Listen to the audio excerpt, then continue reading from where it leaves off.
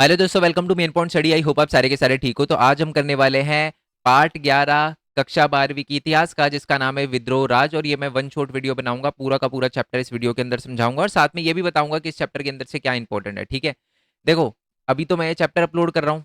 ठीक है, उसके बाद मैं इस चैप्टर के एमसीक्यू, मैप और मोस्ट इंपॉर्टेंट क्वेश्चन अपलोड करूंगा, और वो भी एक ही वीडियो के अंदर करूंगा। ठीक है, तो मैं इसलिए बता रहा हूँ। और ये मिलेंगे कहाँ आपको? ये हमारा हमारा भरत खोरवाल वाला चैनल है, यहाँ पर लाइव आके मैं सारी चीजें बताता हूँ। देखो, कल जो है वो मैंने महात्मा गांधी और राष्ट्रीय आंदोलन वाला चैप्टर बताया था। क्यों? क्योंकि ये वाला चैप्टर 10 मार्क्स का आ रखा है। तो पहले मैंने ये बताया था, पूरा चैप्टर एक्सप्लेन किया था, फिर उसके मोस्ट इंपॉर्टेंट क्वेश्चन अपलोड किए थे। जो भी चैप्टर मैंने एक्सप्लेन किया है उसके मोस्ट इंपॉर्टेंट क्वेश्चन, एमसीक्यू वगैरह, सबका लिंक आपको नीचे डिस्क्रिप्शन में मिल जाएगा। ठीक है जी। और ये वाले जो नोट्स की पीडीएफ है, जैसे कि आपको दिख रहा है, मैं नोट्स के साथ बता रहा हूँ आपको। तो ये जो है वो हमारे टेलीग्राम चैनल पे मिल जाएगी। सीधा टेलीग्राम पे जाके लिखोगे ना main point study 12th arts, तो आपको टेलीग्राम चैनल ओपन हो जाएगा। वहां से जाकर आप डायरेक्टली नोट्स वगैरह डाउनलोड कर सकते हो। ओके जी, आई होप ये बात आपको क्लियर हो गई हो। और दूसरी बात है कि हमारा एक और चैनल है मेन पॉइंट टैग करके, वहां पर मैं अर्निंग से रिलेटेड बताता हूँ। चलो, इसके बारे में बाद में बात करेंगे, अभी अपना चैप्टर शुरू कर देते हैं, टाइम वेस्ट नहीं करते। ठीक है, तो बेसिकली चैप्टर का नाम है जी विद्रोह राज। और बेसिकली इस चैप्टर के अंदर हम 1857 के अंदर जो आंदोलन हुआ था, क्रांति हुई थी ना भारत के अंदर, उसके बारे में पढ़ने वाले हैं। ठीक है, अब ये क्रांति किसकी मतलब किसके खिलाफ हुई थी? ये हुई थी अंग्रेजों के खिलाफ। जैसे कि आपको पता है कि भारत पर अंग्रेजों ने रूल किया था। तो अंग्रेजों पर भारत पर अंग्रेजों का रूल स्टार्ट कब हुआ था? बेसिकली ना, अंग्रेज आ तो भारत के अंदर बहुत पहले से गए थे, फिर उसने ईस्ट इंडिया कंपनी बनाई अंग्रेजों ने। और एंड में जाकर 23 जून 1757, 1757 मैंने बोला है, 1757 के अंदर हमारी ईस्ट इंडिया कंपनी और हमारे बंगाल के नवाबों के बीच में लड़ाई हुई थी, जिसको हम प्लासी का युद्ध भी बोलते हैं। और वो प्लासी का युद्ध जो थे, वो बंगाल के नवाब हार गए थे, ईस्ट इंडिया कंपनी जीत गई थी। और उसी टाइम के बाद भारत के अंदर जो है वो अंग्रेजों का रूल स्टार्ट हो गया। ठीक है, और उस समय 1757 के अंदर भविष्यवाणी करी गई थी कि 100 साल बाद, यानी 1857 के अंदर भारत जो है वो आजाद हो जाएगा। और कोइंसिडेंस ये देखो कि 1857 के अंदर विद्रोह भी हो गया। चलो, अब ये विद्रोह हुआ कैसे, स्टार्टिंग कैसे होती है इस विद्रोह की, पहले मैं आपको समझा देता हूँ कि विद्रोह की स्टार्टिंग कैसे होती है। उसके बाद मैं आपको पढ़ के बताऊंगा नोट्स में क्या लिखा हुआ है, ध्यान से सुनो। एक्चुअल में हुआ क्या था कि उस समय ना, जो एक मैं स्टोरी बताता हूँ, ये स्टोरी भी नीचे आएगी। एक है ना, एक दलित हिंदू थे। ठीक है, एक दलित हिंदू थे। ये दोनों दो पर्सन थे। एक पर्सन जो थे वो जो अपने जिनको लोग छोटा जाति का बोलते थे, है ना, वो पर्सन थे। और दूसरी तरफ एक ब्राह्मण थे। ठीक है, ये दोनों की दोनों आर्मी के अंदर थे। ठीक है, सिपाही थे। तो है ना, ब्राह्मण ने पानी वगैरह मांगा था इससे, इस पर्सन से, हमारे दलित भाई से पानी वगैरह मांगा था। तो इन्होंने क्या किया, अपने लोटे में भरकर इनको पानी दिया। और फिर ये ब्राह्मण ने पानी पिया। और उसके बाद उन्होंने बोला कि यार, तूने मेरे को अपने उसमें पानी पिलाया, तूने तो मेरा धर्म भ्रष्ट कर दिया, वो है क्योंकि तू छोटी जाति का है, फलाना फलाना, ऐसे बोलने लग गया। उसके बाद ये जो पर्सन थे ना हमारे दूसरे वाले, उन्होंने ये बोला कि भाई, तू धर्म की क्या बात कर रहा है? तू जो यूज कर रहा है ना, रिवॉल्व जो अपनी कारतूस यूज कर रहा है ना, उसमें जो है वो सुअर का और गाय का मांस मिला हुआ है, चर्बी मिली हुई है। तो धर्म तो तेरा वैसे ही भ्रष्ट हो गया। और उसी के बाद है ना, ये अफवाह फैलती गई और एक बड़ा आंदोलन शुरू हो गया। सिपाहियों ने क्योंकि मैक्सिमम जो सिपाही थे वो हिंदू और मुस्लिम थे, है ना, इन लोगों ने विद्रोह करना शुरू कर दिया। सिख भी थे, तो उनको भी इस चीज से दिक्कत थी कि भाई ये तो गलत है। तो इस चीज को लेकर जो है वो आंदोलन शुरू हुआ। सारे के सारे जो किसान बोल रहा हूँ, सिपाही जो है वो इकट्ठा हो गए और उन्होंने जो है विद्रोह करना शुरू कर दिया ब्रिटिश के खिलाफ। डिमांड क्या थी? कि कारतूस को लेकर उनकी डिमांड थी, और भी बहुत सारी डिमांड थी। उसी के बारे में अब पढ़ना शुरू करते हैं कि जी स्टोरी क्या थी। और है ना, मैं आपको बताऊं, ये सारे के सारे सिपाही है ना, इकट्ठा होकर चले गए थे बहादुर शाह जफर के पास। है ना, मुगल शासक थे दिल्ली में, जिनका किला था, वहां पर चले गए थे। और उनसे बोल रहे थे कि आप हमारा सपोर्ट करो, देखो हमारे साथ क्या हो रहा है, हमारा धर्म भ्रष्ट करने की कोशिश करी जा रही है। वो इतने सारे लोगों को देखकर सारे के सारे जो है वो बहादुर शाह जफर के पास आ गए। तो वो भी थोड़ा सा कॉन्शियस हो गए कि भाई ये इतने सारे लोग कैसे आ गए उनके पास। तो उन्होंने थोड़ा, आप कह सकते हो कि दबाव में आके उन्होंने बोल दिया, चलो मैं आपका सपोर्ट करूंगा। ठीक है, चलो। विद्रोह का ढर्रा, सैन्य विद्रोह कैसे शुरू हुआ, तो अब स्पेसिफिक डेट पे जाते हैं। 10 मई 1857 की दोपहर को क्या हुआ था, मेरठ की छावनी, छावनी का मतलब होता है कंटोनमेंट, आर्मी के कंटोनमेंट होते हैं। छावनी में सिपाहियों ने विद्रोह शुरू किया। कब शुरू किया? एक मार्क्स में एमसीक्यू भी आ सकता है। 10 मई 1857 को शुरू किया। शुरुआत में यह विद्रोह सिर्फ पैदल सैनिकों में था, फिर बाद में घुड़सवार सैनिकों ने भी इसमें शामिल वगैरह हो गए, और उसके बाद आम लोग भी इस विद्रोह के अंदर शामिल वगैरह हो गए। ठीक है, शहर देहात के लोग ने भी सैनिकों के साथ जो है वो जुड़ गए थे। ओके, और सैनिकों ने, जो सिपाही वगैरह थे, उन्होंने शास्त्रागार, शास्त्रागार होते हैं जहाँ पर हथियार वगैरह रखे जाते हैं। तो ब्रिटिश के हथियार जो जहाँ पर रखे जाते थे ना, शास्त्रागार, उन पे भी जो है वो कब्जा वगैरह कर लिया था, जहाँ गोला बारूद, है ना, इत्यादि वगैरह हथियार वगैरह रखे जाते थे। ओके, अब उसके बाद क्या हुआ कि सिपाही जो है वो पहले से अंग्रेज़ों अब है ना, सिपाही ने पहले ही अंग्रेज़ों को निशाना बनाना शुरू किया था उनके घरों, दफ्तरों पे, जेलों पे, अदालतों पे, डाकखानों पे, सरकारी खजानों पे, टेलीग्राफ लाइन पे, ये सारी की सारी चीज़ें उन्होंने पहले करना शुरू कर दी थी। 11 मई को वो लाल किले पहुँचते हैं, ठीक है? इनका जत्था, सिपाहियों का जत्था लाल किले पहुँचता है और लाल किले में कौन थे? हमारे मुगल के अंतिम शासक बहादुर शाह ज़फ़र। वहाँ पर वो रहते थे। अभी नमाज़ पढ़ के वो बाहर निकले थे। सिपाही जो है उनको अपनी समस्या वग़ैरह बताई और समस्या क्या थी वो मैं आपको बता ही चुका हूँ। एक है ना एनफ़ील्ड राइफ़ल करके एक नई राइफ़ल आई थी। उसके बारे में ये बताया जा रहा था कि कारतूस को मुँह से खींचा जाता था और कारतूस के अंदर जो है वो सूअर और गाय की चर्बी वग़ैरह मिलाई गई है। जो लोग थे, सिपाही थे, उससे बहुत गुस्सा थे कि जी ये तो हमारा धर्म भ्रष्ट करने की कोशिश कर रहे हैं।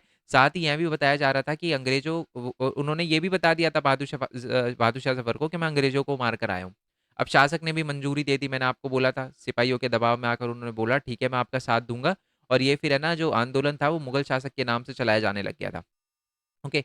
विद्रोह में आम लोग भी शामिल हो गए थे और आम लोगों ने भी को ये बोला गया कि आपके अंग्रेज़ों का आपको सफाया करना है और जो अपील है वो हिंदी में भी करी जाती थी, उर्दू में भी करी जाती थी, फ़ारसी में भी करी जाती थी ताकि सारे के सारे लोग एकजुट हो जाए, है ना? जिनको उर्दू नहीं आती, उनको हिंदी आती है, जिनको फ़ारसी मतलब सबके सब भाषाओं में जो है वो इकट्ठा होकर वो बातें बताई जाती थी, ठीक है? कि कैसे लोगों को इकट्ठा वगैरह करना है, सारी की सारी चीज़ें, है ना? इन्फॉर्मेशन शेयर करने के लिए सारी लैंग्वेजेज़ का यूज़ किया जाता था। लखनऊ, कानपुर, बरेली में साहूकार और अमीरों को भी निशाना बनाया गया क्योंकि माना जाता था ये अंग्रेजों के पिट्ठू हैं, मतलब अंग्रेजों के बोलने पे चलते हैं, ठीक है? तो अभी तक अपने को ये समझ आया कि जी 10 मई 1857 को विद्रोह शुरू हुआ था मेरठ से, छावनी के अंदर से, है ना? और सिपाहियों ने क्यों किया था, ये भी मैं बता चुका हूँ। जो हमारी हमारी एनफील्ड राइफल थी, उसके अंदर जो है वो सूअर और गाय की चर्बी जो है वो मिलाए जाने की अफ़वाह वगैरह फैल गई थी। ओके, संचार के माध्यम। अब है ना क्वेश्चन ये आता है कि अलग-अलग जगहों पर जो है वो सैनिकों ने जो है वो विद्रोह करना शुरू किया बट इनमें बहुत सारी कॉमन चीज़ें थी। एक तरीके से ये आंदोलन कर रहे थे तो बहुत सारे लोग ये मान रहे थे कि इनका एक हेड है, वो ही सबको बता रहा है क्या करना है, क्या नहीं करना बट ऐसा नहीं था, कोई हेड नहीं था। सारी जगह पर अलग-अलग आंदोलन हो रहे थे, उसी के बारे में हम पढ़ने वाले हैं। देखो, विद्रोह बहुत व्यवस्थित और सुसंगठित या समन्वित ढंग से हुआ, मतलब सब कुछ बढ़िया तरीके से कंट्रोल में चल रहा था, सब कुछ कोऑर्डिनेशन से चल रहा था। अलग-अलग जगह पर विद्रोह हुआ, लेकिन फिर भी इसके डर्रे में समानता थी। जो हो रहा था ना, हर जगह पर अलग-अलग आंदोलन हो रहे थे, बट सब में समानता थी। सब में जो है ब्रिटिशर को मारा जा रहा था, सब में जो है वो इसी चीज़ को लेकर विद्रोह वगैरह हो रहा था। सब में जो है वो ये निशाना बनाया जा रहा था तालुकदार वगैरह को क्योंकि पिट्ठू थे, है ना? तो ये सारी की सारी चीज़ें हो रही थी। तो इसलिए कोऑर्डिनेशन अंग्रेज़ों को लग रहा था जी इनके पीछे कोई एक बंदा है, जो अच्छी योजना वगैरह बना रहा है और उनमें कोऑर्डिनेशन वगैरह बना रहा है। सिपाहियों ने पहले 48 नेटिव इन्फेंट्री को एक पत्र लिखा था। मतलब ब्रिटिश को अपनी अपनी 48 नेटिव इन्फेंट्री, ये है ना अलग-अलग रेजिमेंट होती है, तो इनको एक लेटर लिखा था हमारे सिपाहियों ने और लेटर में लिखा था हमें अपने धर्म की रक्षा करने का पूरा अधिकार है और हम एनफील्ड राइफल का प्रयोग नहीं कर सकते। हम आपके हुक्म का इंतज़ार कर रहे हैं। अगर आपने बोला कि जी आ जाओ, हम एनफील्ड राइफल को हटा देंगे तो ठीक है। अगर नहीं तो भाई हमारे विद्रोह का सामना करना पड़ेगा अब आपको। विद्रोह के दौरान अवध के अंदर मिलिट्री जो पुलिस थी, जिन जो कैप्टन मिलिट्री पुलिस के जो लीडर थे कैप्टन हियरसे की सुरक्षा का जो था वो भारतीय सैनिकों पर था। यानी जो मिलिट्री पुलिस थी उसके जो कैप्टन थे जिसका नाम था हियरसे, कैप्टन हियरसे, उनका जो ज़िम्मा था, उनकी सुरक्षा का ज़िम्मा भारतीय सिपाहियों को दिया गया था। जहाँ हियरसे की नियुक्ति हुई थी वहाँ 41 नेटिव इन्फेंट्री थी, ठीक है? लेटर किसको लिखा था? 48 नेटिव इन्फेंट्री को लिखा था कि जी हमें आपका इंतज़ार कर रहे हैं कि जी अभी क्या करना है, क्या नहीं। मतलब ये सारे सिपाही एक साथ आने की कोशिश कर रहे थे, ठीक है? अच्छा 48 जो नेटिव इन्फेंट्री है ना, उसमें भी ज़्यादातर इंडियन ही वगैरह थे, बट जो हेड को लेटर लिखा गया था कि जी क्या करना है, क्या नहीं करना, वो बता दो। ठीक है? अपने से बड़े इन्फेंट्री को लेटर वगैरह लिखे थे। 48 नेटिव इन्फेंट्री की भी नियुक्ति वगैरह की भी नियुक्ति थी, ठीक है? इसका मतलब है कि 48 जो 41 जो हमारी इन्फेंट्री थी, वो भी इस कैप्टन हियरसे के अंडर ही थी। अंग्रेज़ों को मारा जा रहा था, ऐसे में हियरसे को भी मारना था या गिरफ्तार करना था। बात तो यही हुई थी कि इसको भी मार दो, ये भी तो ब्रिटिश ही है, अंग्रेज़ ही है, फिरंगी है ये, तो इसको भी मार दो। बट इसको मारा नहीं गया, ठीक है? और ना ही इसको गिरफ्तार किया गया। मसले का हल निकालने के लिए जो है वो देसी अफ़सरों की पंचायत वगैरह बुलाई गई। जो इंडियन अफ़सर थे उनकी पंचायत वगैरह बुलाई गई। इससे भी पता चलता है कि संचार प्रणाली कितनी अच्छी थी, ठीक है? और बिल्कुल क्या कहते हैं सैनिक जो थे वो लाइन में रहते थे, ज़्यादातर सभी जातियों के थे, जीवन शैली एक समान थी। तो अंदाज़ा लगाया जा सकता है कि भविष्य के बारे में वो सेम सोचते होंगे। ठीक है, अपने भविष्य के बारे में उनको चिंता थी कि जी क्या होगा, क्या नहीं होगा। ओके। सैनिक जो है वो विद्रोह के कार्यकर्ता खुद थे। उन्होंने खुद ही आंदोलन वगैरह किया था। देखो, वो बहादुर शाह ज़फ़र के पास भी खुद गए थे, लेटर वगैरह भी खुद लिख रहे थे। बाकी अलग-अलग इन्फेंट्री को 48 इन्फेंट्री को लेटर उन्होंने लिखा था, है ना? और जो 41 इन्फेंट्री थी, उन्होंने भी बाकी से कोऑर्डिनेट किया था। सब कुछ कोऑर्डिनेशन वगैरह से काम चल रहा था, ठीक है? ये आपको क्वेश्चन भी आ सकता है कि आपको लगता है कि सिपाहियों में कोऑर्डिनेशन वगैरह था या इनका ये कार्यकारी था? तो आपको लिखना है नहीं, अलग-अलग जगह पर आंदोलन हो रहे थे बट उनमें समानता वगैरह थी। बट इसका मतलब ये नहीं है कि वो उसका कोई लीडर था।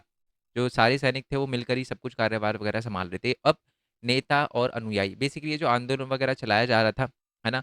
इसमें ना एक लीडर की ज़रूरत थी। अंग्रेज़ों से लड़ने के लिए नेतृत्व और संगठन की ज़रूरत थी, ठीक है? अब कब तक जो है वो सारे के सारे सैनिक ही सब सारी की सारी चीज़ें करते, तो उन्होंने क्या किया कि अलग-अलग एरिया के अंदर जो अलग-अलग किंग हुआ करते थे, उनके पास जाकर डिमांड करना शुरू करी कि जी आप हमारी हेल्प करो। और सिपाहियों ने उनके यहाँ शरण ली जो अंग्रेज़ों से पहले नेताओं की भूमिका निभाते थे, जो आंदोलन का नेतृत्व कर सके। जैसे कि कानपुर के अंदर 1 मार्क्स में क्वेश्चन आएगा, ध्यान से सुनना।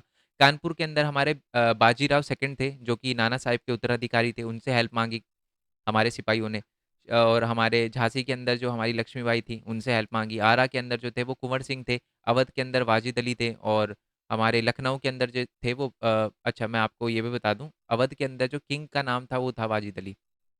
ठीक है? उनको है ना ब्रिटिश ने हटा दिया था, तो उनके पुत्र जो थे वो बिरजिस कद्र, जो कि बेगम हज़रत महल और वाजिद अली के ही पुत्र थे, वो लखनऊ के अंदर जो है उन्होंने रू मतलब पावर आई थी उनके पास और जो हमारे सैनिक थे वो इन्हीं के पास भी गए थे, बिरजिस कद्र के पास भी गए थे। तो आपको पूछा जा सकता है कि अलग-अलग एरिया पे किन-किन ने नेतृत्व वगैरह किया था। कुछ अन्य स्थानों पर जो नेता थे, किसान थे, ज़मींदार थे, आदिवासी ने भी विद्रोह वगैरह उकसा रहे थे। मतलब सिर्फ़ ये ऐसे नहीं है कि ये सारे के सारे लीडर ही कर रहे थे, राजा वगैरह ही कर रहे थे, नहीं। कुछ-कुछ जगहों पर जहाँ पर ये सारे नेता नहीं थे, यहाँ पर राजा नहीं थे, वहाँ पर इन नॉर्मल लोगों ने भी आंदोलन वगैरह करने का सोचा, किसानों, ज़मींदार, आदिवासियों ने। अब कुछ अफ़वाहें हैं, ठीक है? अब कुछ अफ़वाहें वगैरह जो है वो अब आपको क्वेश्चन भी आ सकता है कि अफ़वाहों के ज़रिए ही लोगों को भड़काया जा रहा था या अफ़वाहों की वजह से ही आंदोलन वगैरह शुरू हुआ, इसके बारे में टिप्पणी करें। तो ये बात ठीक है, कैसे? सबसे पहले तो वो एनफ़ील्ड राइफ़ल वाली वो मैं बता चुका हूँ और वो मैं नीची जाति और के सिपाही और ब्राह्मण के सिपाही की वो बात भी बता चुका हूँ कि आपका धर्म भ्रष्ट हो जाएगा। एक और उस समय जो है वो अफ़वाह बहुत फैली थी कि जो है आटे के अंदर जो आटा जो है वो आर्मी को खिलाया जा रहा है, हमारे सिपाहियों को खिलाया जा रहा है, उसमें भी सूअर और गाय की जो है वो हड्डियों वगैरह का चूरा मिलाया गया। और ठीक है, वो क्या करना चाहते हैं कि हिंदुस्तानियों को ईसाई बनाना चाहते हैं क्योंकि ऑब्वियस सी बात है अंग्रेज़ थे, क्रिश्चियन रिलीजन था उसका। तो इसलिए उन्होंने थोड़ा रिलीजियस वे में भी टारगेट करना वो मतलब बोला कि जी ये तो हमारा धर्म भ्रष्ट करना चाहते हैं। ठीक है? नेक्स्ट है कि पलासी का युद्ध जो हुआ था मैंने आपको बताया था 1757 के अंदर, तो उसमें 100 साल बाद ये बोला गया था ना 23 जून 1857 को भारत आज़ाद हो जाएगा। तो उसको लेकर देखो फिर ये भी अफ़वाह वगैरह फैल गई कि देख भारत तो अब आज़ाद हो जाएगा। और एक और अफ़वाह थी वो चपाती से रिलेटेड थी, इसका कोई रिलेवेंस नहीं है, मेरे को तो यही समझ नहीं आया बुक में लिखी क्यों है। एक व्यक्ति था, वो आकर वो गाँव-गाँव में घूमता था, चौकीदार के पास आता था, 1 रोटी अलग देता था, उसके बाद 5 अलग देता था और कहता था ये 5 रोटी रोटी जो है अभी किसी और को भी बाँटना। ये भी एक अफ़वाह थी, ये भी लिख सकते हो बट मेन अफ़वाह ये ऊपर वाली थी, ठीक है? ये भी बुक में लिखी हुई थी तो मैंने लिख दी, ठीक है? क्योंकि अपना काम हर एक चीज़ कवर करवाना है, मैं नहीं चाहता कि कोई भी चीज़ आपको छुड़वाऊँ। अब आ जाओ जी। ये क्वेश्चन पे आ जाते हैं। ये डायरेक्टली क्वेश्चन की फॉर्म में लिखा हुआ है कि विद्रोही के बीच एकता स्थापित करने के लिए क्या-क्या चीज़ें करी गई। ठीक है? जो सिपाही थे या जो लोग थे नॉर्मल वो भी हिंदू थे, मुस्लिम थे, सिख थे, ईसाई थे, क्रिश्चियन थे, पारसी थे, यहूदी थे, बहुत सारे लोग थे। तो उनके अंदर जो है वो एकता स्थापित करने के लिए क्या-क्या किया गया। सबसे पहले तो सभी वर्गों से जाति भेदभाव के बिना एकता की अपील की गई। कहते जी भेदभाव नहीं चाहिए अपने को। अपने को ना जाति के नाम पे, ना धर्म के नाम पे कोई भेदभाव वगैरह नहीं करेगा और इसमें फिर एकता वगैरह की अपील करी गई कि सबको साथ में रहना है। हिंदू राजाओं द्वारा वही जो बहादुर शाह ज़फ़र था ना, उसके द्वारा भी घोषणा वगैरह की गई कि जब वो घोषणा वगैरह में हिंदू का भी ध्यान रखा जाता था। वो ये मतलब जब वो भाषण देता था, तो वो बहुत ध्यान रखता था कि यार कहीं मेरी बात जो है वो हिंदू को ठेस ना पहुँच जाए। हिंदू और मुस्लिम दोनों की भावनाओं का ध्यान रखा गया था, ठीक है? दोनों को सिर्फ़ ऐसे नहीं था कि आंदोलन में यही बोला जा रहा था, नहीं जी सूअर की ही चमड़ी है, सिर्फ़ सूअर मतलब ऐसे-ऐसे नहीं बोला जा रहा था। हिंदू की भावनाओं को जो उनकी चिंता थी कि जी गाय की चर्बी को भी मिलाया जा रहा है, उस पर भी ध्यान दिया गया था।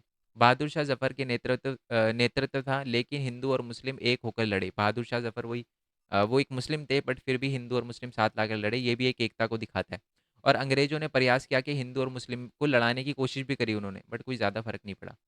लेकिन ज़्यादा, इसको ज़्यादा कर लेना। देखो हिंदी में पता है क्या मैं लिखता हूँ, तो बीच-बीच में कभी-कभार छोटी-मोटी मिस्टेक हो सकती है, मात्रा वगैरह की या कोई वर्ड मिस हो सकता है, कोई वर्ड गलत हो सकता है, तो समझ जाना, ठीक है? चलो, अब आ जाते हैं नीचे। अब अंग्रेज़ों ने विद्रोह को कुचलने के लिए क्या कदम उठाए? मोस्ट इम्पोर्टेंट क्वेश्चन है, समझ रहे हो? बढ़िया क्वेश्चन है और बड़ा क्वेश्चन है। क्वेश्चन क्या है? क्वेश्चन थोड़ा घुमा के आ जाता है, कि है ना, जो अंग्रेज़ थे उन्होंने विद्रोह को कुचलने के लिए बहुत कदम उठाए, बट वो फेल हो गए, ठीक है? वो इतना असरदार नहीं रहे। तो वो क्या-क्या चीज़ें उन्होंने करी, ठीक है? उसी के बारे में हम देखने वाले हैं। पहले तो अंग्रेज़ों ने विद्रोह को कुचलने के लिए क्या-क्या कदम उठाए? अंग्रेज़ों ने उत्तर भारत में मार्शल लॉ लगा दिया। मार्शल लॉ का मतलब आपको पता है ना? पहली बार मार्शल लॉ का मतलब कोई इकट्ठा नहीं हो सकता, सिर्फ़ शक के बिना पे आपको जेल में डाला जा सकता है, सज़ाए मौत वाली वो चीज़ें वगैरह भी कर दी थी, है ना?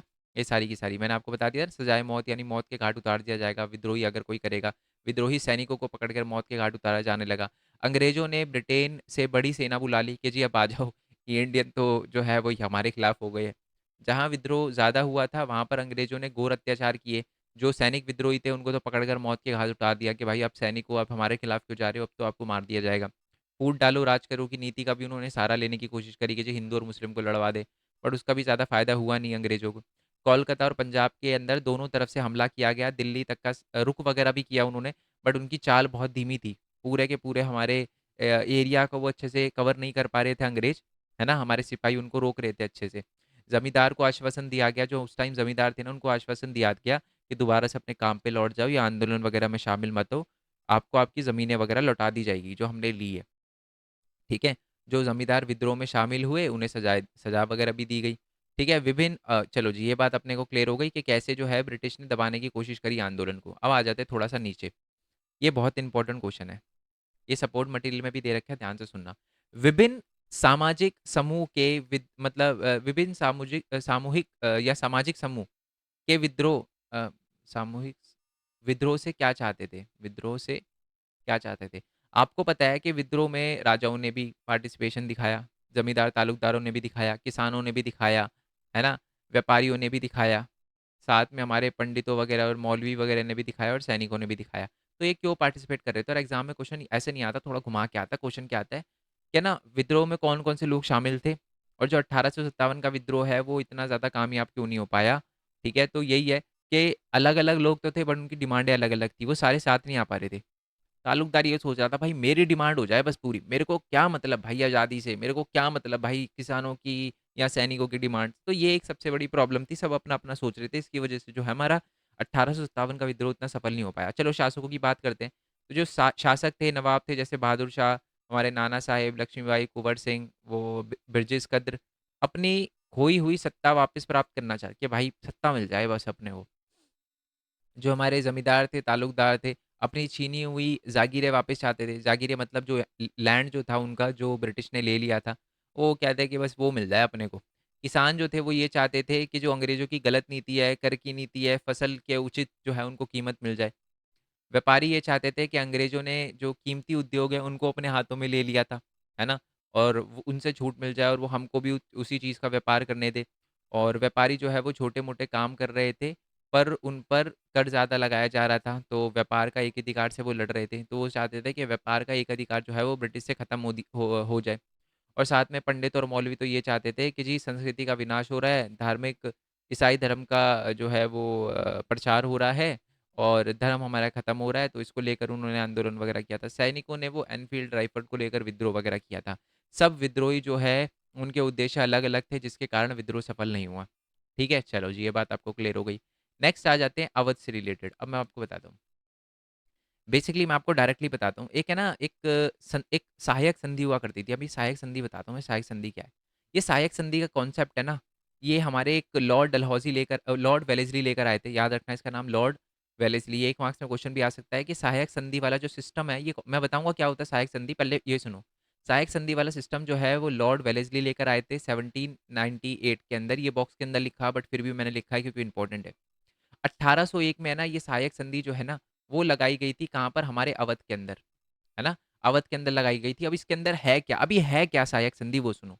इसके अंदर पता है क्या होता है? राजा के पास जाया जाता है, उससे साइन करवाया जाता है सहायक संधि पे, और उसमें पता है क्या बातें बोली जाती है? पहला, नवाब की सेना जो है वो खत्म कर दी जाएगी। जो भी राजा इस पे साइन करेगा ये पूरा का पूरा है ना ब्रिटिश के फ़ायदे के लिए था। रियासत में अंग्रेजी सेना तैनात कर दी जाएगी। नवाब का महत्व जो है वो घट जाएगा और जो विद्रोही मुखिया तालुकदार पर उनका नियंत्रण हट जाएगा, मतलब जो भी लोग हैं उन पर नवाब का नियंत्रण घट जाएगा। तो ये थी सहायक संधि, और ऑब्वियसली ब्रिटिश ने अपने कंट्रोल को ज़्यादा करने के लिए और विद्रोही को रोकने, विद्रोही वगैरह को रोकने के लिए कि ऐसा विद्रोह ना हो, है ना, कहीं भी छोटे मोटे विद्रोह ना, और ये देखो 1857 से पहले की बात है, ठीक है। तो एक्चुअल में ब्रिटिश को पहले से ही पता था कि भाई एक ना एक टाइम पर जो है वो दिक्कतें हमारे लिए बढ़ सकती है, तो इसलिए उन्होंने पहले ही सहायक संधि लगाना शुरू कर दिया था। और ये जो हमारे जनरल लॉर्ड डलहौजी थे, ये तो चाहते थे कि अवध के अंदर जो है वो सहायक संधि लगे, ठीक है। और सहायक संधि लगाई गई, ठीक है। अवध के अंदर जो है, अब थोड़ा सा अवध के बारे में समझ लेते हैं कि अवध की प्रॉब्लम क्या थी। अवध की ज़मीन पर नील और कपास की खेती अच्छी थी, मतलब यहाँ पर नील और कपास की खेती के लिए बहुत अच्छी थी। लॉर्ड डलहौजी द्वारा अवध पर कब्जा करना और इनके इलाकों पर रियासत पे गहरा असंतोष था। लोग बड़ा इससे परेशान थे, ठीक है। नॉर्मल लोग भी परेशान थे, जमींदार भी परेशान थे, नवाब भी परेशान थे, तालुकदार भी परेशान थे, भी मैं बताऊंगा कैसे। अवध के लोगों में असंतोष था, मतलब वो ज़्यादा खुश नहीं थे, असंतुष्ट थे, खुश नहीं थे वो। नवाब को यह कहकर हटा दिया गया कि वह अच्छा शासक नहीं है, बट ऐसा नहीं था। नवाब जो है वो लोकप्रिय था। उनकी जो अ, जाने की यात्रा में उनके साथ बहुत सारे लोगों ने, जब उनको यहाँ से अपने तख़्त से हटाया जा रहा था, तो बहुत सारे लोगों ने साथ दिया इसका, हमारे अवध के नवाब का, ठीक है। फिरंगी राजा का आना एक दुनिया का अलग खात्मा था। आपसे पूछा जाएगा कि जो सहायक संधि लगाई गई थी उसके नुकसान क्या है। अब देखो क्या क्या नुकसान है। पहले तो राजा को हटा दिया गया, ठीक है, जो लोकप्रिय राजा था। अब देखो क्या क्या दिक्कतें आई। अवध में अलग अलग तरह की पीड़ाओं ने राजाओं, तालुकदारों, कृषकों, सिपाहियों को परस्पर जोड़ दिया। अब देखो सबसे पहले दिक्कत क्या थी। अंग्रेजों के आने से सब कुछ बिखर गया। सिर्फ नवाब को नहीं, नवाब को तो उनकी कुर्सी छिन गई, उसकी दिक्कत थी।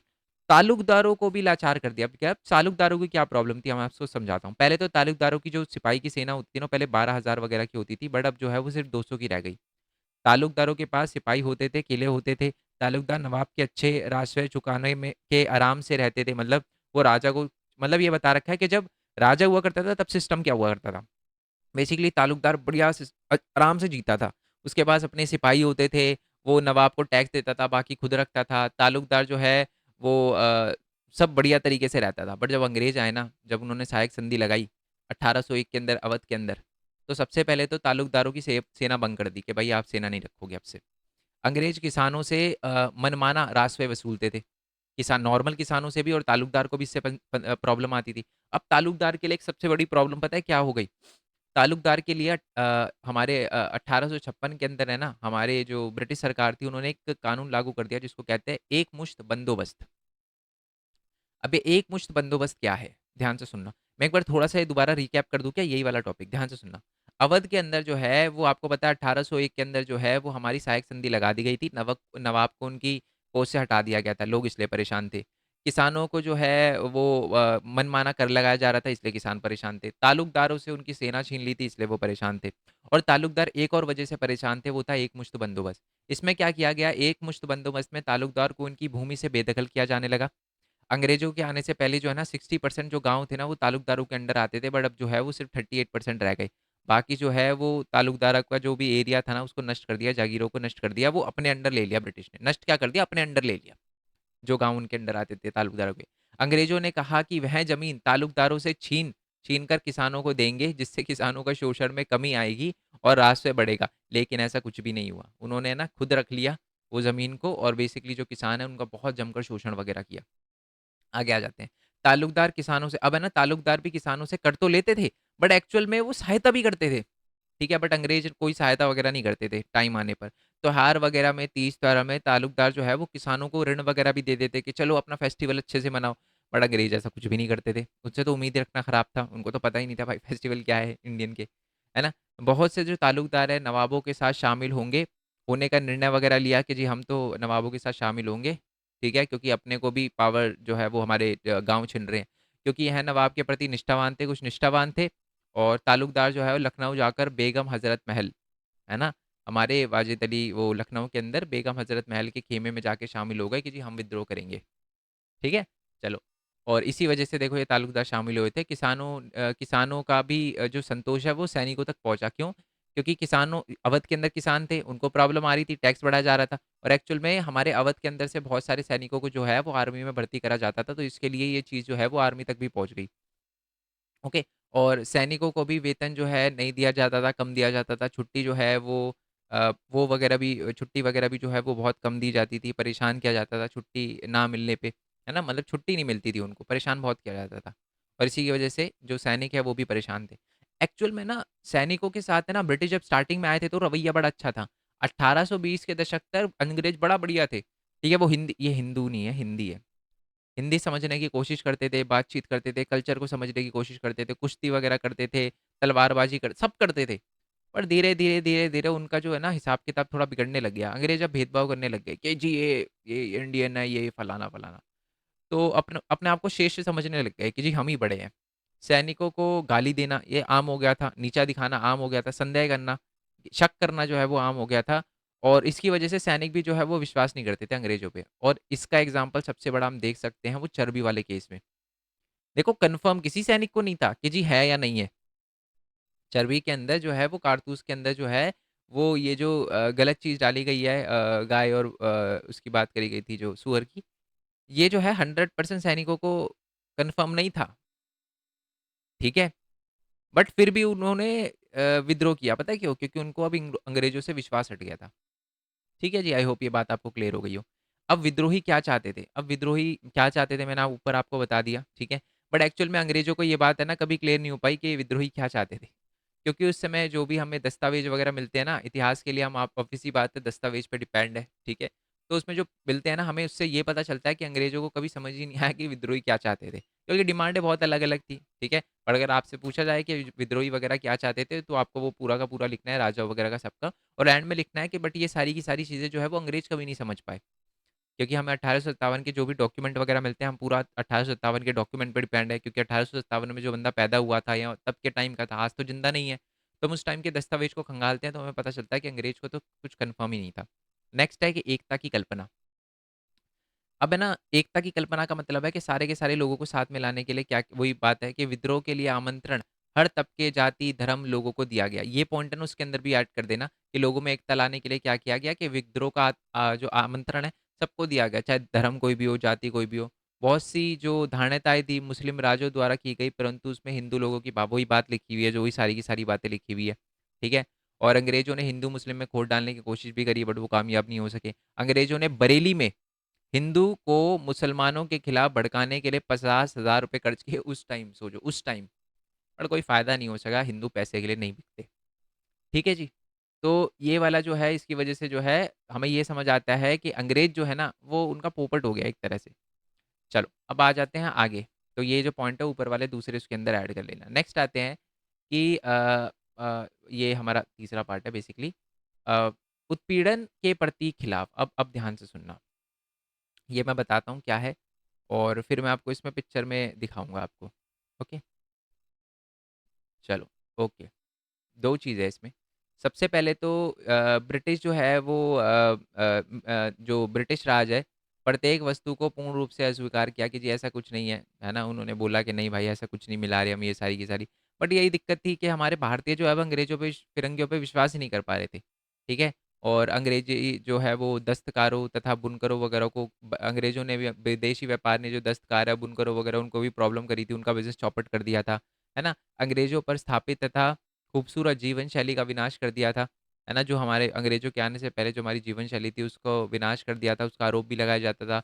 विद्रोह अपनी दुनिया फिर से बसाने की बहाली की शुरुआत करना चाहते थे। अब क्वेश्चन ये है कि अगर अंग्रेज़ चले गए तो क्या सिस्टम अपनाया जाएगा? तो ये बोला कि जी वही राजा वाला सिस्टम अपनाया जाएगा, बट ये ज़्यादा दिन तक चला नहीं। राजाओं वगैरह ने नियुक्ति करी, है ना? और संस्कृति वगैरह का सहारा लिया कल्चर का, विभिन्न पदों की नियुक्ति करी, भू राजस्व, स्वयं वसूली और ये भुगतान वगैरह लूट-पाट बंद करने के लिए कहा। ये सारी की सारी चीज़ें तो हुई बट ये ज़्यादा टाइम तक चला नहीं। और ये वाला टॉपिक मैं आपको पहले ही बता चुका हूँ कि अंग्रेज़ों ने बड़ा ट्राई किया कि 17 ये देखो ये लाइन जो लिखी हुई है ना, एक्चुअल में क्वेश्चन है। ये लाइन जो लिखी हुई है, ये क्वेश्चन है, एग्ज़ाम में आया हुआ है, चेक कर लेना। 2022 के एग्ज़ाम में भी आया हुआ है ये वाला क्वेश्चन और उससे पहले वाले एग्ज़ाम में भी आया हुआ है, सेम क्वेश्चन, डिट्टो क्वेश्चन और ये आप सपोर्ट मटेरियल में भी चेक करोगे तो आपको मिल जाएगा। ठीक है जी? चलो, ये क्वेश्चन क्या है? ये क्वेश्चन है जी कि 1857 के अंदर विद्रोह को कुचलने के लिए अंग्रेज़ों ने बहुत सरल सिद्ध नहीं हुआ। उन्होंने आपको पता ही है कि वो मार्शल लॉ भी लगाया, मार्शल लॉ कब लगाया था उन्होंने? डेट देखो हो सके तो लिखना। मई-जून 1857 को उन्होंने लगाया था, सैनिकों को विशेष अधिकार दे दिए थे आम जनता को सज़ा देने के लिए उनको डायरेक्टली बोल दिया गया था कि आप खुद ही सज़ा दे दो, है ना? सामान्य कानून ख़त्म कर दिए थे और जो विद्रोही थे उनको तो मौत के घाट उतारना भी के लिए भी अलाउ कर दिया था। नए कानून तथा ब्रिटिश से मंगाई गई जो नई टुकड़ियाँ थी, वो जो थे वो कुचलने के लिए बुलाया गया था वो, है ना? और दोनों तरफ से जो है वो हमला करने की कोशिश करी दिल्ली पर, बट जो है वो ज़्यादा वो कामयाब नहीं हो पाए अंग्रेज़, क्योंकि बहुत धीरे-धीरे चल रहे थे, ठीक है? क्योंकि वो भी दिल्ली का महत्व जानते थे कि सारे के सारे लोग जो है वो दिल्ली से कंट्रोल हो रहे हैं, एक तरह से वो बहादुर शाह ज़फ़र की बातों से बहुत इन्फ्लुएंस हो रहे हैं, ठीक है? और पंजाब की तरफ से और कोलकाता की तरफ से उन्होंने दिल्ली की ओर हमला करना शुरू किया, बट वो इतना ज़्यादा कामयाब नहीं हो पाए, बहुत धीमी रफ्तार थी उनकी।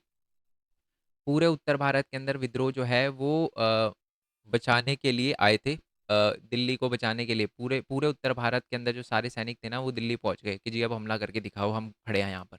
आम लोगों ने भी विद्रोहियों का साथ दिया, सिपाहियों का साथ दिया, जो भी लोग थे जो ब्रिटिश के खिलाफ लड़ रहे थे उनका साथ दिया। अंग्रेजों ने जमींदारों को ज़मीनें लौटाने का लालच भी दिया, बट ज़मींदार जो है वो लालच में आ गए थे, ठीक है? और इनाम दिए गए उन्हें, और बाकियों को मार दिया गया। कुछ ज़मींदार ने अपनी जान बचाने के लिए नेपाल तक चले गए थे। अब एक स्टोरी और सुनो। बेसिकली ज़मींदारों ने ये सारी की सारी चीज़ें करी थी। आम लोगों ने का साथ, विद्रोहियों वगैरह का साथ दिया था। आई होप ये बात आपको क्लियर हो गई। आम जनता वगैरह सारे के सारे जो थे, वो इस चीज़ के खिलाफ थे। चलो जी, अब थोड़ा-सा हम आ गया एक, हाँ, याद आ गया वो क्वेश्चन। एग्ज़ाम में पूछा जाता है कि जी हमारा ये जो 1857 का विद्रोह था ना, वो सक्सेसफुल क्यों नहीं हो पाया? रीज़न क्या थे? रीज़न वही सारे के सारे जो लोग थे, पहले तो बता देना, सबकी अलग-अलग डिमांड थी, ठीक है? दूसरी बात है कि ये ज़मींदार भी बहुत सारे जो है वो पीछे हट गए थे, है ना? जो लालच में आ गए थे, ठीक है? ये सारी की सारी बातें जो है वो आपको लिखनी है। आई होप ये क्लियर हो गया हो आपको, ठीक है? चलो, तो और कुछ डर भी गए थे कि यार अंग्रेज़ जो है वो मार देंगे जान से। अब विद्रोहियों की छवियाँ, ये बहुत इंपॉर्टेंट है भाई, बहुत ही ज़्यादा इंपॉर्टेंट है, और ये क्वेश्चन है ना बच्चे एग्ज़ाम में लिख नहीं पाते। मैं बता देता हूँ, मैं इसको कॉन्सेप्ट से पहले समझा देता हूँ ये है क्या।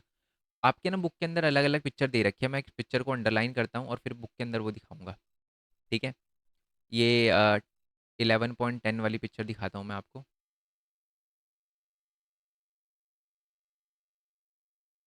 अलग-अलग है ना पिक्चर बना रखी है। ये रही नहीं, 11 11 था ना वो तो।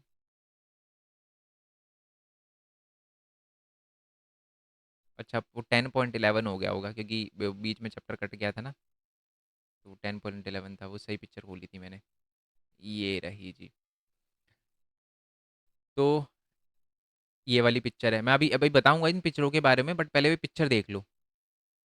ये वाली पिक्चर है कि देखो ये हमारे इंडियन विद्रोही हैं, ये विमेंस के साथ कितना बुरा कर रहे हैं। ये बुरा दिखाने की कोशिश कर रहे थे कि जी औरतों को के साथ गलत कर रही हैं सारी की सारी चीज़। ये अंग्रेज हैं, ये अंग्रेजों द्वारा बनाई गई पिक्चर है और इसका नाम है इन मेमोरियल। चित्र जोसेफ नोएल पेटन ने बनाई थी 1859 में, ये वाली पिक्चर। ये जी ओहो, ओहो! Super lady. तो ये जो है वो अंग्रेज़ दिखाए गए हैं, ये हमारे इंडियन दिखाए गए हैं कि जी इंडियन पे गोली-वोली चला दी, ठीक है? कि ये मिस व्हीलर है, मिस व्हीलर, ठीक है? और ये भी कि एक ही साथ जो है वो सारे हमारे इंडियन को एक लेडी जो है वो, देखो इमेज बनाना ना उस समय बड़ा आसान था। इमेज, मेरे कहने का मतलब है कि पता है देखो अंग्रेज जो थे उन्होंने भारत पे कब्ज़ा किया, ओके? अगर एक नॉर्मल पर्सपेक्टिव से मान लो, आप देखो एक गलत सही तो आपको पता होता है ना। आप मान लो कि उस टाइम आप एक अंग्रेज थे, आप ना ब्रिटेन में रह रहे थे, आपको नहीं पता भारत में क्या हो रहा है, बट आपको इतना पता है यार अंग्रेज वहां पर गए हुए हैं, हमारे अंग्रेज के लोग वहां पर गए हुए हैं और वहां पर रूल कर रहे हैं, और रूल तो ऑब्वियस सी बात है दूसरी जमीन पर रूल कर रहे हैं जो कि गलत है। बट वहां पर है ना ऐसी ऐसी इमेज दिखाई गई, ऐसी ऐसी इमेज दिखाई गई, वो ऊपर वो वुमेन्स की इमेज दिखाई गई ताकि लोगों को भड़के कि भाई मारो, अब तो जो इंडियन दिख जाए मारो, कि हमारी वुमेन्स के साथ गलत कर रहे हैं, ठीक है? तो ऐसे ही इसी वजह से ऐसी पिक्चर बनाई गई कि हमारे जो ब्रिटिशर है वो बहुत बहादुरी से लड़ रहे हैं, बट ऐसा कुछ था नहीं। मैं ये नहीं बोलूँगा 100% ये ऐसा कुछ नहीं था, बट बहुत जगह पर जो है ये जो चीज़ें हैं ना, ये दिखाई जाती थी कि वुमेन्स के साथ गलत हो रहा है, ये बहुत ही कम था। मैं ऐसा कम क्यों बोल रहा हूँ, जैसे आप जानते हो वो ब्रिटिश की आर्मी वगैरह पे जब अटैक किया जाता था, जब घर में घुसा जाता था और मारा जाता था उनको, तो ऑब्वियस सी बात है वुमेन्स वगैरह होंगी तो शायद बहुत इक्का-दुक्का केस हो गए होंगे, बट ऐसा नहीं था, ठीक है? जनरली कोई हमारा ऐसा पर्सपेक्टिव नहीं था जो इसके अंदर दिखाया गया कि जी वुमेन्स के साथ बुरा करना है, ऐसा नहीं है, ठीक है? चलो, और ये भी दिखाया गया, ओहो हो, बंगाल टाइगर से ब्रिटिश शेर की लड़ाई। ये है जी बंगाल टाइगर, ये इंडिया का दिखा रखा है। अच्छा ये देखो फिर से विमेन, ब्रिटिश वुमेन को दिखा रखा है, और ये रॉयल टाइगर है, ठीक है, ब्रिटिश शेर है ये।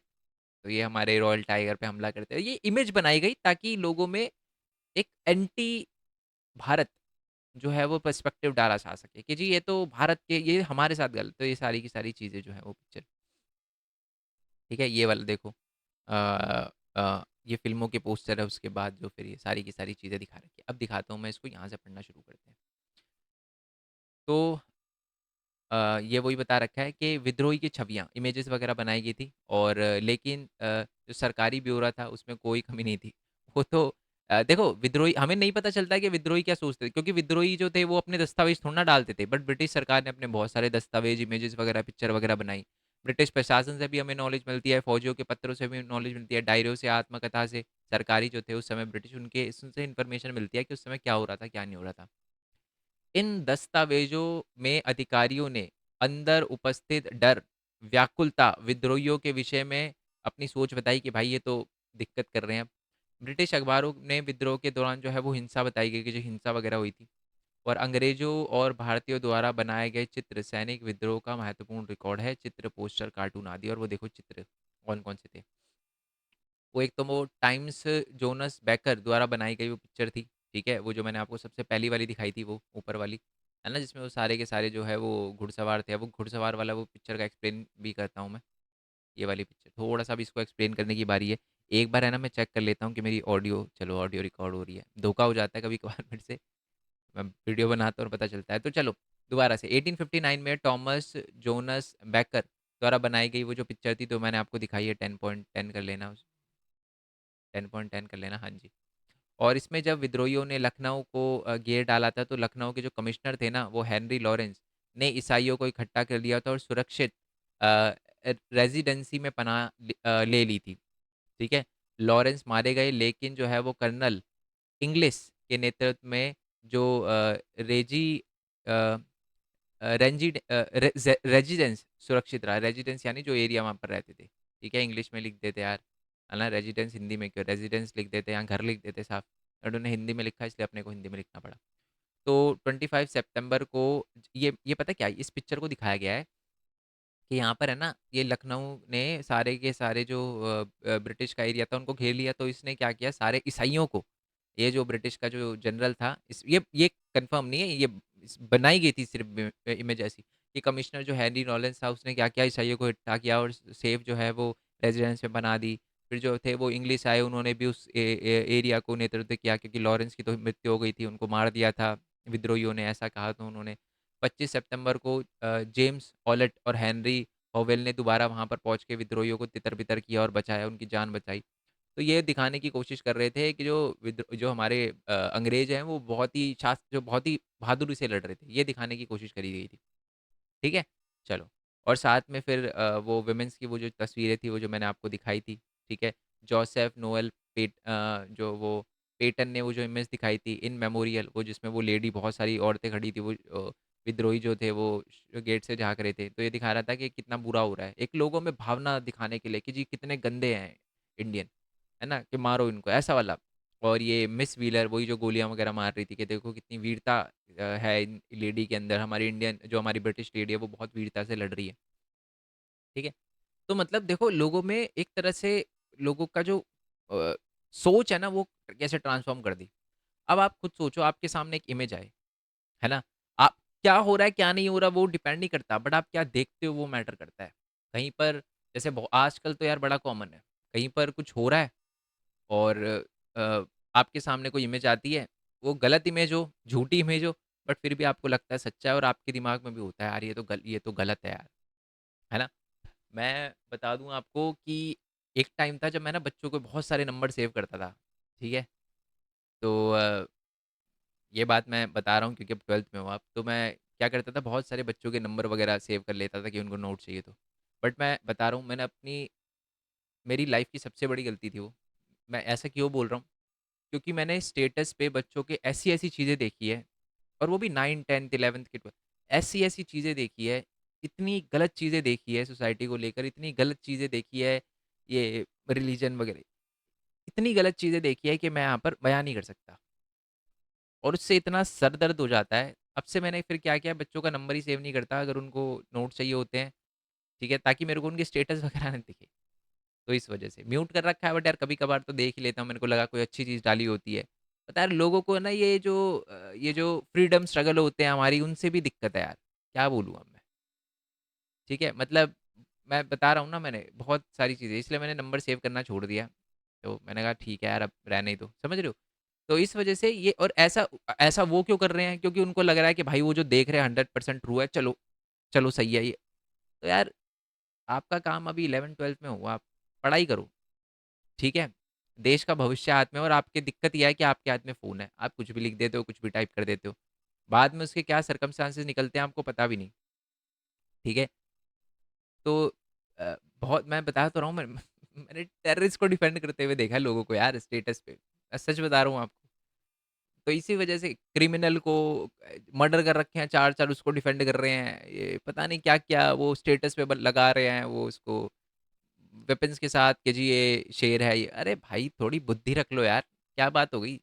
समझ रहे हो? तो इस वजह से नंबर सेव नहीं करता, और आपको भी फालतू के नंबर सेव नहीं करना चाहिए। जो बंदा स्टेटस पे ऐसी चीज़ें डाले, उसको उसका नंबर डिलीट कर दो। बातचीत करो उससे, बट उसका स्टेटस नहीं दिखना चाहिए, क्योंकि ऐसी लोगों की जो नेगेटिव चीज़ें होती है ना, फिर आप में घुसने लगती है। ठीक है? तो चलो जी। तो इसलिए मैं आप किसी के नंबर सेव नहीं करता। अगर कोई बच्चा अच्छा भी लगे मेरे को कि हाँ, ये अच्छा बच्चा है, मैं फिर भी नंबर सेव नहीं करता क्योंकि रिस्क नहीं लेना ना। कभी भावनाओं में बहकर बच्चा कुछ डाल दे स्टेटस पे, तो इस वजह से। और मैंने जितने नंबर थे, मैंने खुद फिर नंबर डिलीट भी करना शुरू किए। चलो, अ ब्रिटेन में गुस्से का माहौल जो है वो हो रहा था, बदले की माँग बढ़ने लगी। यह चित्रकारों की चित्रों द्वारा हुआ। तो बदले की माँग, ऑब्वियस सी बात है, ब्रिटेन के लोगों में गुस्सा आ गया कि ऐसी इमेज वगैरह बनाएगी, तो उन्हें लगा यार हमारे अंग्रेज़ों के साथ, है ना, हमारे ईसाइयों के साथ बुरा हो रहा है। तो उनमें कि जी मारो, अब तो वो उनका रवैया बिल्कुल विद्रोह के लिए बदल चुका था। उन्होंने कहा कि जो कर सकते हो, जितनी हिंसा कर सकते हो, इन विद्रोहियों के साथ करो। ठीक है?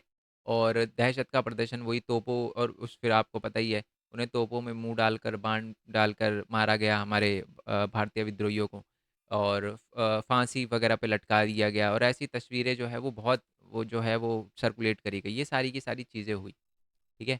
तो इसी वजह से जो हमारा 1857 का विद्रोह है ना, उसको पहला स्वतंत्रता संग्राम की तरह देखा जाता है। और इसके बाद जो है वो बहुत सारे लोग जो हैं, सारे के सारे समाजवादी नहीं, साम्राज्यवादी जो अंग्रेज़ थे, उनके खिलाफ हो गए थे। और धीरे-धीरे फिर वही, ये जो चीज़ें हैं वो बहुत ज़्यादा जो है वो बढ़ती गई, और एंड में जाके 1947 में भारत फूट गया। फूट से मेरे कहने का मतलब है, जो हमारे दिल में जो चीज़ें थी कि जी हम आज़ाद होने चाहिए, और जो गलती हमने 1857 में करी थी, सारे अलग-अलग लोग भाग रहे थे, वो हमने नहीं करी, और सारे के सारे लोग साथ में आए। हमने आज़ादी की लड़ाई लड़ी और आज़ाद हो गए, एकता की वजह से, ठीक है? अगर कोई लड़की एकता वीडियो देख रही है, तो मैम आपके लिए नहीं है। एकता मतलब एकता से सारे के सारे जो लोग साथ में आए हैं, ठीक है? चलो जी, आई होप ये बात आपको क्लियर हो गई है। पीडीएफ का लिंक आपको मिल जाएगा हमारे टेलीग्राम चैनल पे। मिलते हैं जी नेक्स्ट वीडियो में, मोस्ट इम्पोर्टेंट क्वेश्चन अपलोड कर दूँगा। ये हमारा दूसरा चैनल था मेन पॉइंट टैग। बेसिकली इसमें मैं बताता हूँ कि एक स्टूडेंट अर्न कैसे कर सकता है। तो है ना, एनिमेशन वीडियो बना के, वेबसाइट बना के, यूट्यूब पे कॉपी करके आप वीडियो कैसे बना सकते हो। मैंने 1 दिन के अंदर 25,000 रुपए कैसे अर्न किए, 2 दिन के अंदर। वैसे तो सच बताऊँ, कुछ क्लिक से किए थे मैंने। अब वो क्लिक क्या है, वो कि क्या चीज़ पे क्लिक किया था, क्या चीज़ पे नहीं किया था, वो सारी की सारी यूट्यूब पे आप कैसे पढ़े, ये सारी की सारी चीज़ें मैं बताता रहता हूँ। तो चैनल को सब्सक्राइब कर देना, ना भी करो तो वीडियो का फ़ायदा उठाओ। मेन मोटिव यही है, एग्ज़ाम में अच्छे मार्क्स लाओ। और हमारा ये जो चैनल है लाइव, जहाँ पर मैं लूँगा आपके एमसीक्यू वगैरह का टेस्ट, वहाँ पर आप मेरे को मिलना। ठीक है जी? यहाँ पर भरत कोरपाल वाले चैनल पर। तो मिलते हैं जी नेक्स्ट वीडियो में, तब तक के लिए थैंक यू सो मच। जय हिंद, जय भारत, वंदे मातरम। Thanks for your support. Bye bye, Tata.